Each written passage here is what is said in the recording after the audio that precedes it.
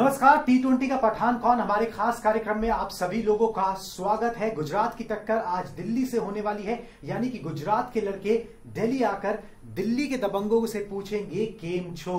गुजरात ने हार का स्वाद नहीं चखा है और दिल्ली ने जीत का स्वाद नहीं चखा है। इन सब मुद्दों पर बातचीत करेंगे, पूरा एनालिसिस करेंगे, मगर सबसे पहले टॉस का अपडेट आपको देंगे अलका। बिल्कुल सही बात है। देखिए, टॉस का अपडेट आ गया है, ब्रेकिंग न्यूज आ गई है। तो जहां कुणाल ने बोला केम छो, तो चलिए केम छो को अब टॉस जीतने का मौका मिल गया। भाई टॉस जीत चुके हैं, लेकिन क्या फैसला उन्होंने किया है कुणाल उसके बाद? बिल्कुल, टॉस यहां पर गुजरात टाइटंस ने जीता है और पहले गेंदबाजी करने का अलका यहां पर फैसला किया है। अच्छा फैसला है क्योंकि दिल्ली में रिकॉर्ड भी ऐसा है कि चेस करने वाली टीमें जो हैं वो ज्यादा जीती हैं। मैदान उस तरीके का है और यानी कि यहां पर पहले दिल्ली की टीम जो है वो बल्लेबाजी करने उतरेगी।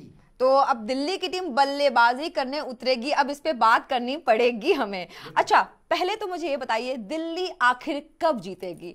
15 साल हो गए और उनका नारा भी था ना, खेलो खेलो फ्रंट फुट पे खेलो। कब खेलो, कब जीतो?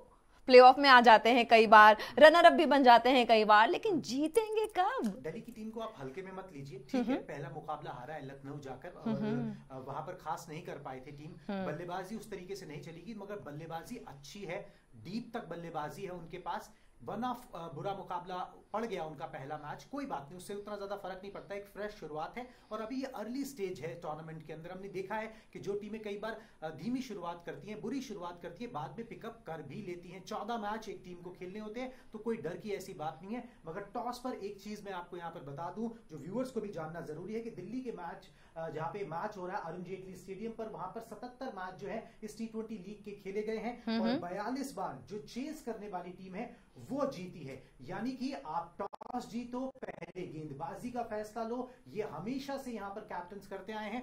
हार्दिक पांड्या ने भी वही फायदा मिलेगा और ओस का भी फायदा मिलने वाला है। वैसे भी आपको भी पता है कि हार्दिक पांड्या जिस तरीके की कप्तानी करते हैं और जो निर्णय लेते हैं एक एक गेंद पे, वो काबिल तारीफ है। उन्होंने पिछले मैच में भी जता दिया था और अब गुजरात की बात कर ही रहे हैं, पिछली बार आई, डेब्यू किया और शानदार तरीके से जीत के दिखाया। और जो पिछला मैच था उसमें भी वो जीत गई। मोटिवेशन बहुत हाई था, वो भी माही के टीम के खिलाफ जीती। मोटिवेशन हाई है और मोमेंटम भी बहुत अच्छा है। और दिल्ली का प्रदर्शन तो याद ही होगा कुणाल। बिल्कुल, दिल्ली का प्रदर्शन उतना अच्छा नहीं रहा था। हालांकि हार्दिक पांड्या की टीम के साथ कोई परेशानी नहीं है, दिल्ली की टीम के साथ थोड़े से सवाल जवाब यहाँ पर जरूर हैं, मगर मुझे लगता है उसके आंसर्स जो हैं वो मिल जाएंगे इस मैच के बाद या फिर आने वाले मैचेस में जरूर मिल जाएंगे। बहुत ज्यादा परेशानी होनी नहीं चाहिए। दिल्ली की टीम को कुछ अपने प्लेयर्स की कमी खल रही थी। अब वो देखने वाली बात यह है कि मैं वही चेक कर रहा था कि प्लेइंग 11 एक बार जो है वो दर्शकों को हम बता दे तो समझ में आएगा कि क्या उन्होंने कुछ चेंजेस किए हैं। जो साउथ अफ्रीकन खिलाड़ी उनके साथ जुड़ गए हैं, नोकिया, क्या वो टीम के अंदर शामिल हो गए हैं, नहीं हो गए। मगर दिल्ली की टीम जो है इस बार बेहतर शो मुझे लगता है दे पाएगी। टॉस वो हार गए, एक एडवांटेज जो उनको मिल सकता था, जो नसीब से मिलता है। हाँ, बिल्कुल नसीब का खेल है। एडवांटेज उन्होंने जरूर यहाँ पर खो दिया है। मतलब यही है कि भाई अभी डेविड वार्नर के ऊपर बहुत ज्यादा फिर से निगाहें होंगी, बहुत ज्यादा कि वो यहाँ पर जो है एक बार दोबारा बड़ा स्कोर खड़ा करें। पहले बल्लेबाजी आई है, अगर बड़ा स्कोर खड़ा कर देते हैं तो वो स्कोर बोर्ड का प्रेशर भी होगा। बाकी सब चीजें एक तरफ, एक स्कोर बोर्ड का प्रेशर भी होता है। फिर वो जो है गुजरात टाइटंस की नर्व्स को टेस्ट करेगा कि भाई वो स्कोर बोर्ड के प्रेशर में कैसा रिस्पॉन्ड करते हैं। बिल्कुल सही बात है। अब देखिए, जब दिल्ली की बल्लेबाजी की बात की और आपने कप्तान साहब की बात की है, तो पिछली बार हमारे कप्तान साहब ही चल पाए थे, बाकी लोगों ने कुछ खास परफॉर्म नहीं किया था। मैं तो ये कहूंगी कि मतलब जो भी उनको थोड़ा बहुत रन बनाने थे वो भी नहीं बना पाए, साथ बिल्कुल भी नहीं दिया था। लेकिन जिस तरीके से कप्तानी निभाई थी वो बहुत ही काबिल तारीफ था। जिस तरीके से उन्होंने हौसला अफजाई भी की है, उसके बाद भी उन्होंने कोई कमेंट नहीं किया। तो आपको क्या लगता है कि क्या बाकी के बैट्समैन इस बार कंधे से कंधा मिला पाएंगे? और खासतौर से सलामी बल्लेबाज की बहुत इंपॉर्टेंट भूमिका होने वाली है। बिल्कुल इंपॉर्टेंट भूमिका होने वाली है। साथ में एक इंपॉर्टेंट अपडेट भी है कि नोकिया और पोरल, मतलब कि एंड्रिक नोकिये बॉलर हैं और अभिषेक पोरल जो है उनको टीम में जगह दी गई है दिल्ली की। ये चेंजेस जो उन्होंने पिछले मैच से यहाँ पर किए हैं। नोकिया तेज गेंदबाजी के डिपार्टमेंट में उनको वो धार देंगे। जो पिछली बार जो है जब लखनऊ के खिलाफ मैच हुआ था वहां पे 193 तक दूसरी टीम ने बना लिए थे, मगर वो नहीं बनाने चाहिए थे। हम उस समय बात भी कर रहे थे, ज्यादा रन दे दिए गए, कुछ गेंदबाजी हल्की नजर आई डेथ ओवर्स में स्पेशली और शुरुआत के पावर प्ले में। तो नोकिया के आने के बाद शायद वो कमी पूरी होती है।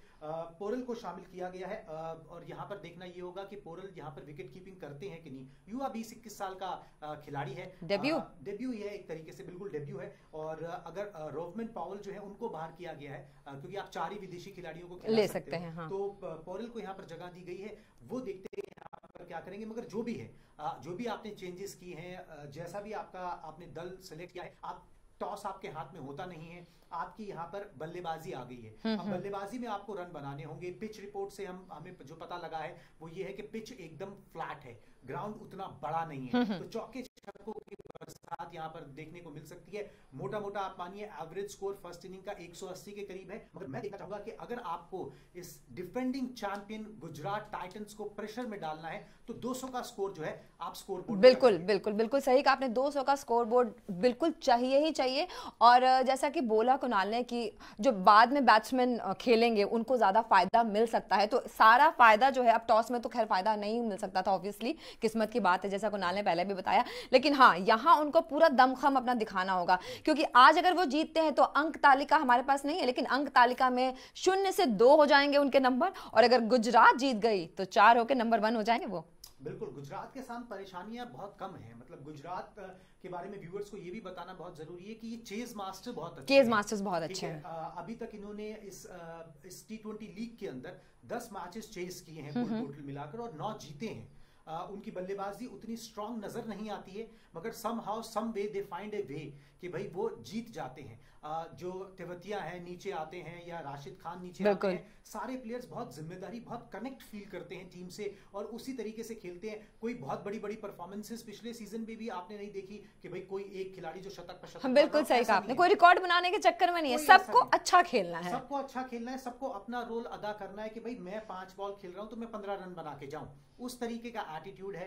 प्लस बहुत ही एक मैं ये कहूं कि डिलीशियस या डेडली जैसे भी कह लीजिए इसको, ये कॉम्बिनेशन है गुजरात के साथ। हार्दिक पांड्या उनके कैप्टन हैं, साथ में उनके जो कोच है आशीष नेहरा, बहुत बढ़िया उनका कॉम्बिनेशन, बहुत ही कूल कॉम्बिनेशन है ना, बहुत ही उनका भी एटीट्यूड मैंने देखा है नेहरा का, काफी कूल रहते हैं, आराम से कैप वैप लगा के बैठे होते हैं, और उनके भी चेहरे पे कोई शिकन दिखाई नहीं देती थी। पिछली बार भी बड़े आराम से बैठे हुए थे, खैर पिछली बार तो जीत ही रहे थे, लेकिन देखने वाली बात होगी कि आज अगर अच्छी टक्कर होती है तो वो कामनेस कितनी बरकरार रहती है। अच्छा, एक बात बताइए, क्या दिल्ली को पेसर से डर लगता है? बिल्कुल, पेसर्स के खिलाफ थोड़ा सा ट्रिकी है सिचुएशन, मगर उससे पहले प्लेइंग 11 आ गई है, तो प्लेइंग 11 बिल्कुल बता दीजिए, जरूर वाकफ कर देते हैं। दिल्ली कैपिटल्स में Prithvi Shaw, David Warner open करेंगे। नंबर 3 पर Mitchell Marsh, Rilee Rossouw, Sarfaraz Khan, Axar Patel, अभिषेक पोरल, कुलदीप यादव, चेतन सकरिया, खलील अहमद और एनरिक नॉटजे। मतलब 2 नए नाम इस प्लेइंग 11 में शामिल हुए दिल्ली की तरफ से। नोकिया जो वापस आ गए हैं, नेशनल ड्यूटी पे थे, और साथ में अभिषेक पोरल को यहाँ पर शामिल किया गया है। अब ये देखना है कि अभिषेक पोरल जो है वो विकेट कीपर है, सरफराज खान से विकेट कीपिंग कराई जाती है या फिर अभिषेक पोरल को ये जिम्मेदारी सौंपी जाती है। गुजरात टाइटंस की अगर बात करें तो रिद्धिमान साहा, शुभमन गिल की जोड़ी ओपन करेगी। तीसरे पे साई सुदर्शन है, captain Hardik Pandya, David Miller, ये बड़ा इंपॉर्टेंट नाम है, इस पे आगे हमें जरूर चर्चा करनी है।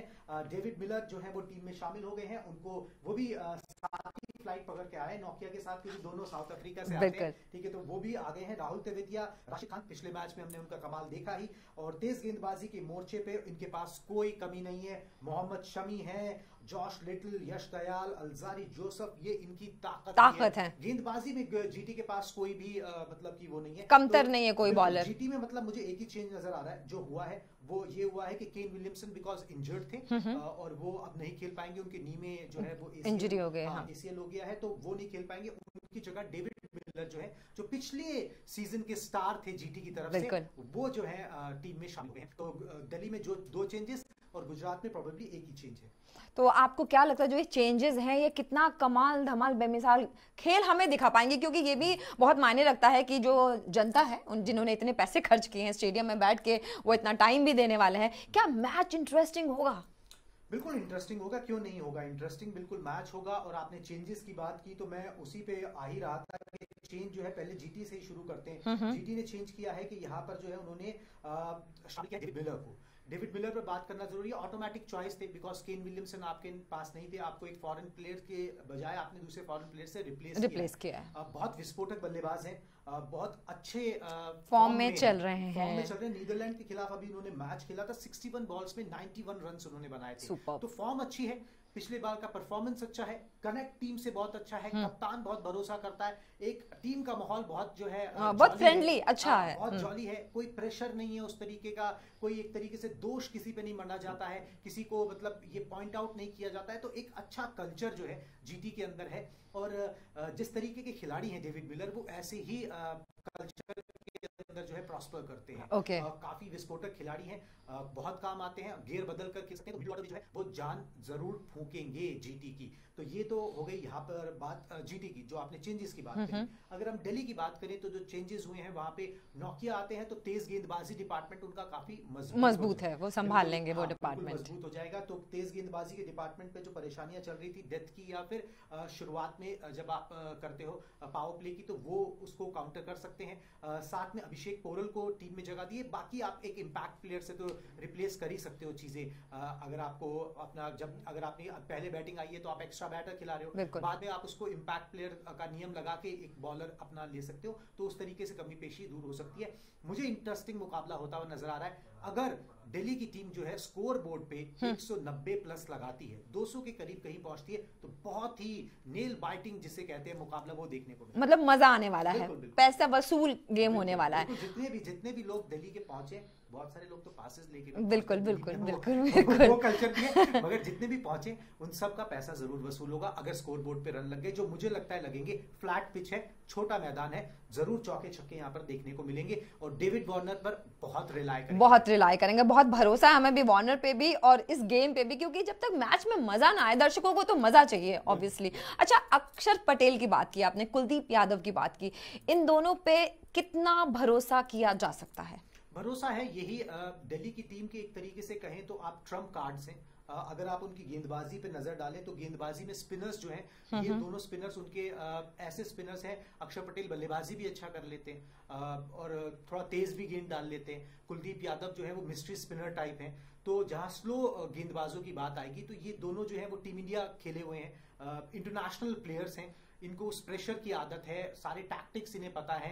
एक तरीके से दिल्ली की टीम के एक्स फैक्टर्स आप कह सकते हो, जहां पर भी थोड़ा मददगार पिच हो स्पिन के लिए, जैसे कि चेपॉक की पिच है, ट्रैवल करेगी टीम ज्यादा बाहर, तो वहां पर स्पिनर का रोल अहम होगा, काफी अहम होगा। यहाँ पर स्पिनर का रोल होगा कि थोड़ा सा जितना किफायती हो सके, जितने कम रन दे, जितना मुश्किल पैदा करे, विकेट्स उतने यहाँ पर शायद ना मिले स्पिनर्स को, मगर ये है कि जितना किफायती हो सके। वो दोनों वर्ल्ड क्लास स्पिनर है, मुझे कोई इसमें डाउट नहीं है कि वो बेटर परफॉर्मेंस यहाँ पे करके दिखाएंगे। तो हमने बॉलर्स की बात कर ली, अगर बैट्समैन पे नजर डालें तो आपको क्या लगता है कि इस बार कप्तान के साथ कंधा मिलाने के लिए कौन पूरी तरीके से तैयार है? देखिए, कप्तान साहब के साथ कंधा मिलाने के लिए दिल्ली की बात कर रहे हैं, तो दिल्ली की बात मैं ये जरूर बोलूंगा कि अगर आप देखो कि इस लीग के अंदर बाकी टीमों में मतलब कंपैरिजन किया जाए, कंपैरेटिवली एक्सप्लोसिव टॉप ऑर्डर किसका है, तो मैं दिल्ली को रखूंगा उसके अंदर। अगर आप टॉप ऑर्डर में देखिए, Prithvi Shaw, David Warner, Mitchell Marsh, हाँ, मैं इनकी बात करना चाह रही हूँ, इनकी बात करना चाह रही हूँ मैं। अगर आप ये तीन खिलाड़ी में से कोई भी एक टिक जाता है और चिपक जाता है कुछ टाइम के लिए,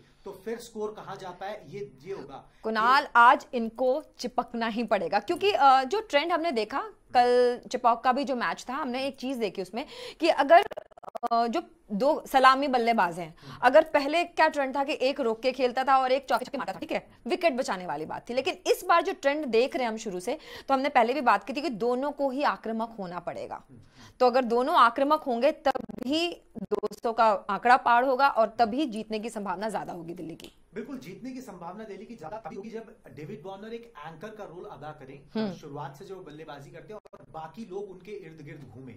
उतने ज्यादा रिस्क डेविड वार्नर ना ले, मगर वो उस तरीके के खिलाड़ी नहीं है, वो रिस्क लेते हैं, रन बनाते हैं। दिल्ली के मैदान पे 700 कुछ रन उनके हैं, तो दिल्ली के मैदान पर सबसे ज्यादा रन। मुझे वार्नर पे तो शक है ही नहीं बिल्कुल भी। और मेरे को उनपे यकीन है कि अगर वो चलते हैं, वो एक अच्छी स्टार्ट देते हैं, तो जो है टीम बेहतर कर पाएगी। पृथ्वी शॉ से बहुत उम्मीदें हैं, उनके कैप्टन को बहुत उम्मीदें हैं, टीम को बहुत उम्मीदें, बहुत अच्छा करके आए हैं डोमेस्टिक में। उस डोमेस्टिक में उन्होंने इतना अच्छा किया कि उनको फोर्स हो गए एक तरीके से सिलेक्टर्स को, उनको टीम में जगह दी गई, टीम इंडिया में जगह दी गई। वो ठीक है, शुभमन गिल अच्छा कर रहे थे तो उनको प्लेइंग 11 में जगह नहीं मिली, नेशनल टीम की बात कर रहे हैं, मगर खिलाड़ी अच्छे हैं, आक्रामक खिलाड़ी हैं, एटीट्यूड अच्छा है, मेहनत की हुई है, पीछे रन बने हुए हैं, तो मुझे कोई उसमें शंका नहीं है। ठीक है, आपको एक मैच गलत पड़ गया, आपको वहां पर आपका वो सवाल है उसके ऊपर मैं जरूर आऊंगा कि पेसर से डर लगता है कि नहीं लगता है। मिचेल मार्श यहाँ पे विकेट गिरता है। मिचेल मार्श जो है मतलब वर्ल्ड कप जीतने वाली टीम का हिस्सा है, वर्ल्ड क्लास प्लेयर है, गेंदबाजी बल्लेबाजी दोनों कर लेते हैं, लंबे चौड़े कद के हैं। अगर वो चिपक जाए तो छोटा मैदान, मैं उन्हीं के बारे में कह रही हूँ, उनका चिपका बहुत जरूरी है क्योंकि पिछली बार कुछ कमाल नहीं कर पाए वो,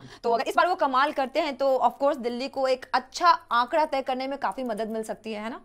बिल्कुल मिल सकती है और इनको अपना जिम्मेदारी समझनी होगी। पिछले मैच में भी अलका हमने देखा ना कि प्रॉब्लम ये नहीं थी कि आप आउट हो गए, प्रॉब्लम ये थी कि कोई भी खिलाड़ी साथ नहीं दे रहा है। हम मतलब वो स्ट्रगल भी दिखाई नहीं दिया हमें। कोई भी अपने कप्तान के साथ खड़े होके वो स्ट्रगल नहीं कर रहा है कि मैं 1 ओवर 2 ओवर कोई नहीं आराम से खेल लूं। हर कोई आ रहा है मारने के लिए, उठा रहा है गेंद को। आपको पता है कि दूसरा गेंदबाज चढ़ के गेंदबाजी कर रहा है, उसकी स्पीड बहुत ज्यादा है। थोड़ा सा अपने आप को अप्लाई करके खेल लो, फिर जितना गेम को लेके जाओगे डीप, हो सकता है आपको आखिरी में 5-6 ओवर 8 ओवर में चांस बने। ऐसा किसी ने करने की कोशिश नहीं की। डेविड वार्नर अकेले पड़ गए। बिल्कुल सही बात है। उस मैच में शायद 30 रन बनाए थे।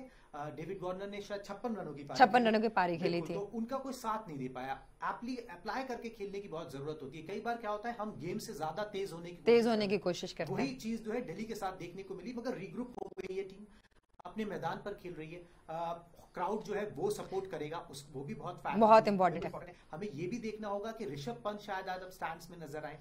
ऐसी भी बातें हैं कि भाई वो स्टैंड्स में नजर आ सकते हैं, तैयारियां की गई हैं उस चीज की भी। अगर वो भी होता है तो आपका जो रेगुलर कैप्टन है जिन्होंने अच्छा किया है वो आएंगे तो टीम और मोटिवेटेड फील करेगी। बिल्कुल मोटिवेटेड फील करती है। तो एक इंटरेस्टिंग मुकाबला है।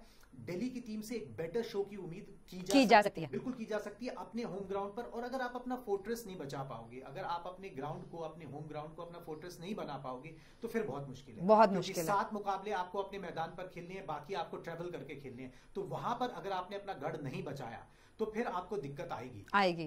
ये परेशानी आरसीबी के साथ बहुत सालों तक रही कि वो अपना गढ़ नहीं बचा पाए। राइट, यही एक बहुत बड़ा कारण था कि वो प्लेऑफ तक नहीं पहुंच पाते थे। मगर जब से अभी पिछले 2-3 सालों से उन्होंने काफी अपने घर पे ही खेला ना, इसीलिए वो प्लेऑफ तक भी पहुंचे। अब अपने गढ़ पे वो मैच जीते हैं। अगर अपना गढ़ बचा पाएंगे तो वही सिस्टम जो है दिल्ली के लिए भी लागू होता है कि अगर अपना गढ़ बचा पाओगे, उसको एक फोर्ट्रेस बना पाओगे तो फिर आपके चांसेस इंप्रूव होते हैं। क्योंकि आपको फिर ये पता है कि भाई यहाँ के 7 मुकाबलों में से 6 मैं निकाल लूंगा, ठीक है, मुझको उसका आइडिया हो गया, मुझको उसका फॉर्मूला मिल गया। तो फिर आप बाकी अगर ट्रैवल करके एक मैच जीतो, एक मैच हारो, यूं भी करके चलो तो आप कहीं ना कहीं आपके समीकरण जिंदा रहते हैं कि आप प्ले ऑफ तक पहुंच सकते हैं। बिल्कुल सही बात है। मतलब खेलो खेलो फ्रंट फुट पे खेलो। शायद हो सकता है कि ये जो स्लोगन था वो इस बार काम ही आ जाए। और वैसे पिछली बार दिल्ली ने जैसी बैटिंग की थी ना, कभी कभी जब टीम इंडिया खेलती है ना तो जैसे उनके एक खिलाड़ी गया, दूसरा गया, तीसरा गया, फिर उनका मिडिल ऑर्डर भी वैसे खराब हो जाता है। बिल्कुल दिल्ली ने वैसी बल्लेबाजी की थी। तो आई एम श्योर कि आपने जितनी उम्मीदें जताई हैं इस बार दिल्ली उन उम्मीदों पर खड़ी उतरे और अच्छा परफॉर्म करे, क्योंकि अच्छा मैच देखना बहुत जरूरी है इस बार दिल्ली का। अच्छा मैच देखना बहुत जरूरी है। और यहाँ पर उम्मीदें जो है ना, वो दिल्ली की बैटिंग मेरे को अगर आप ऑन पेपर देखो तो बहुत गुजरात से बहुत बेटर है, ऑन पेपर नजर आती है। मगर वो अप्लाई उस तरीके से करके नहीं खेल पाए पहले मैच में। उनके कोच जो हैं वो बहुत एक्सपीरियंस्ड हैं, साथ में सौरभ गांगुली हैं डायरेक्टर के रूप में। तो पीछे से जो बैकअप है या जो भी जो इन्फॉर्मेशन देनी है या जो बारीकी समझनी है, जो गाइडेंस देनी है, उसकी भी कमी नहीं है। कई बार बहुत छोटी छोटी चीजें होती हैं जो बड़ी बड़ी फर्क डालती हैं। तो मुझे लग रहा है वो सारी चीजें हुई होंगी, वो डिस्कशंस हुई होंगी और दिल्ली की टीम बेटर यहाँ पर करना चाहिए। बस ये है कि अब जो आपने चेंजेस किए हैं, नोकिया को लाए हो तो आपकी बॉलिंग भी जो है थोड़ी सी बेटर हो सकती है। मगर इन सब चीजों के लिए सबसे बड़ी बात यह है कि आपको स्कोर बोर्ड पे स्कोर लगाना पड़ेगा। फिर चाहे आपने टॉस हारा हो, टॉस ओस का इफेक्ट हो, जो भी हो, मगर वो स्कोर बोर्ड का प्रेशर जो होता है वो भी काम जरूर करता है। बिल्कुल सही कहा। डेविड वार्नर और पृथ्वी शॉ, मुझे लगता है कि इन दोनों में से कोई एक जो है अगर टिक के खेले और 13-14 ओवर तक खेले तो उसके बाद दिल्ली बेटर परफॉर्म कर पाए। बिल्कुल सही कहा। और पिछली बार आपने कहा था कि कोई बात नहीं, अगर दिल्ली हार गई है तो पहला मैच है, अभी कोई बात नहीं, इट्स वेरी इनिशियल स्टेज, है ना।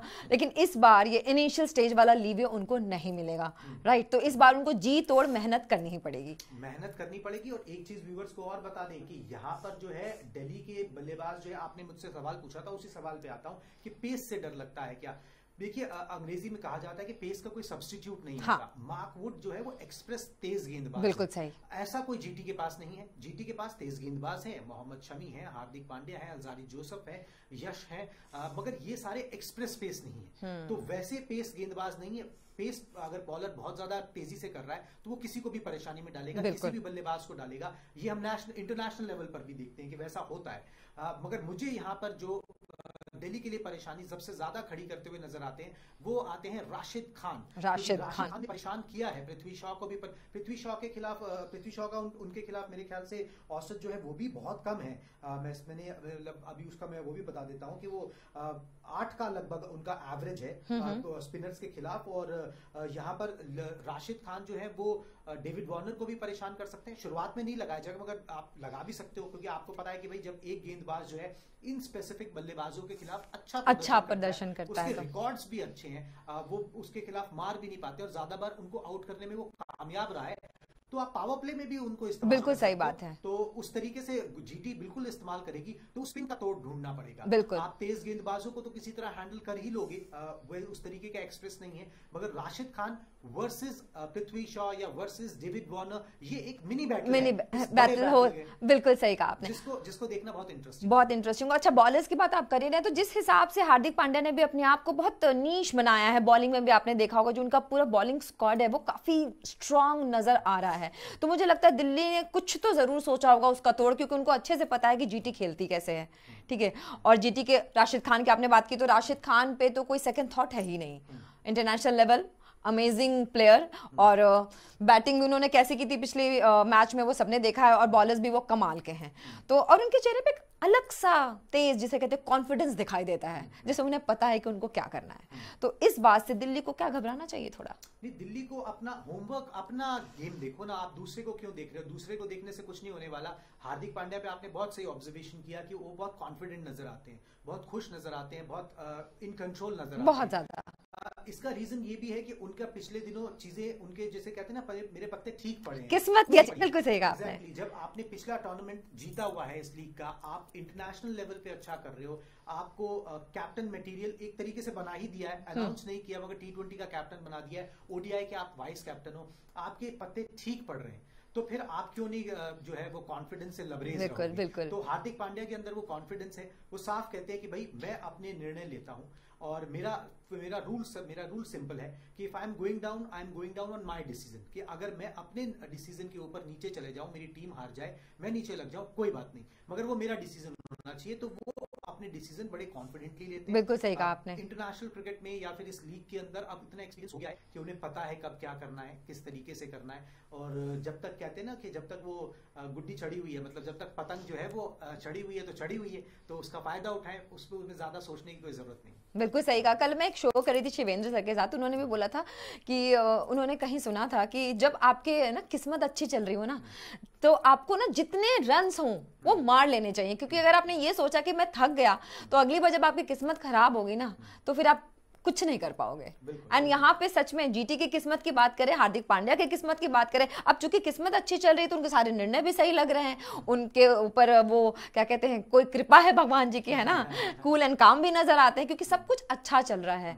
तो अब टीम भी बहुत अच्छी मिली है, लेकिन अब आज जब तक मैच शुरू होता नहीं है और उसमें चौके छक्के की बरसात या तो रोकने में कामयाब हो या मारने में कामयाब हो, तब पता लगेगा कि आखिरकार आज वो कितने पानी में है। राइट, बिल्कुल आज कितने पानी में ये पता लगेगा। मगर आपने एक बात करी थी, हमने बहुत सारी बात कर ली, एक शुभमन गिल की बात, मैं उसी पे आने वाली थी, बहुत जरूरी है, क्योंकि शुभमन गिल जो है ना वो एक तरीके से बैटिंग का मेन स्टे है गुजरात टाइटंस की। अगर बात करें पिछले मैच में भी उन्होंने कुछ 63 रन बनाए थे, मगर वो जो सॉलिड तरीके से रन बनाते हैं, फॉर्म अच्छी है, शतक बनाते हुए आ रहे हैं। इस साल मेरे ख्याल से उनके 5 शतक हैं इंटरनेशनल। बिल्कुल, यहाँ पर 63 रन बनाए हैं। टॉप ऑर्डर में जीटी की जान वही है। जीटी की दिक्कत फंसेगी वहीं जहां उनके बल्लेबाज किस दिन फंसेंगे। तो ऊपर से हो गए अपना शुभमन गिल, बीच में हार्दिक पांड्या, डेविड मिलर, ये इनके मेन स्टे हैं। बाकी वो जो फटाफट 20-30 रन बनाने का काम राशिद खान, तेवतिया, हाँ, वो लोग कर लेते हैं, तो वहां पर निकाल लेती है गेम। तो अगर आप यहां से ऊपर से दिक्कत पैदा करोगे, वो प्रेशर पैदा करोगे, तब आएगा जीटी के ऊपर प्रेशर। तो शुभमन गिल जो है वो मेनस्टे है, वो एक ऐसा खंबा है, अगर आप उस पर प्रेशर क्रिएट कर पाओगे तो फिर इनरोड्स जरूर बना सकते हो। बिल्कुल सही बात है। और शुभमन गिल के बारे में तो ये कहा जा रहा है कि अगर वो सो रहे हैं, ठीक है, और उनको नींद से जगा दिया कि बैट ले लो और थोड़ी सी बल्लेबाजी कर लो, उसमें भी वो चौके छक्कों की बरसात करके आएंगे। जैसे कि सर ने मुझे बताया कि मैग्रा जो कि बहुत अच्छे बॉलर्स ऑस्ट्रेलियन, ठीक है, उनको अगर सोते हुए उठा के बॉल दे दिया जाए तो वो 6 बॉल के 6 बॉल एक ही टप्पे पे मार सकते थे, ठीक है। तो बिल्कुल गिल की जो उन्होंने तुलना की है उससे, तो इसमें कोई बात तो होगी। और गिल एक्चुअली जिस फॉर्म में चल रहे हैं और जिस तरीके से वो खेलते हैं वो हम देख भी चुके हैं, बोलने की जरूरत नहीं है। और जिस तरीके से वो मतलब उनका जो कॉन्फिडेंस नजर आता है और जिस हिसाब से वो बल्ला पकड़ के खड़े होते हैं, ऐसा लगता है कि आज तो चौके छक्कों की बरसात में करके रहूंगा। और छक्कों की बरसात जो है वो देखने को जरूर मिलेगी। शुभमन गिल का नंबर तो बाद में आएगा, मगर पहले दिल्ली का नंबर है। दिल्ली की टीम क्या कर पाती है, वार्नर चलते हैं कि नहीं चलते, पृथ्वी शॉ क्या कमाल करते हैं, सरफराज खान पिछली बार अच्छे दिख रहे थे मगर पेस का शिकार हो गए थे। अब ये बल्लेबाज सारे दिल्ली के जो दबंग कहलाते हैं, ये क्या कर पाते हैं, इस पर हमारी नजर रहेंगी और इस मैच से जुड़ी सारी इंफॉर्मेशन हम आपके पास लेके आएंगे। मगर जाने से पहले अलका आप बता दीजिए कि हमारे कौन कौन से टाइमिंग्स हैं जिस पर लोग हमसे जुड़ सकते हैं और स्पोर्ट्स 9 को सब्सक्राइब करके उन टाइमिंग्स के ऊपर जो है हमारे ब्रॉडकास्ट का हिस्सा बन सकते हैं, अपने सवाल भी पूछ सकते हैं। बिल्कुल बताऊंगी। सबसे पहले तो T20 का पठान कौन देख रहे हैं, जहां पे जिस दिन डबल हेडर्स वाले मैच होंगे, हम 3 बजे आएंगे, हम 7 बजे आएंगे और 11:30 तक आएंगे, 11:15, 11:30 जब भी मैच खत्म होता है। उसके बाद जिस दिन हमारा एक मैच होगा उस दिन 7 बजे आएंगे और 11:15 या 11:30 बजे दोबारा आएंगे। और आपने अब तक जितना प्यार हमें दिया है उसके लिए बहुत बहुत आभार आपका। और आगे की बात आप बोल दीजिए। बिल्कुल, आगे की बात सिर्फ इतनी है कि मैच देखिए, मैच का लुत्फ उठाइए और मैच के बाद जो भी एनालिसिस है वो हम आप तक पहुंचाएंगे। हर एक ब्रेकिंग न्यूज, हर एक मोमेंट जो मैच में घटा और जो मैच को पलटने में कामयाब रहा। जब तक के लिए बाय बाय।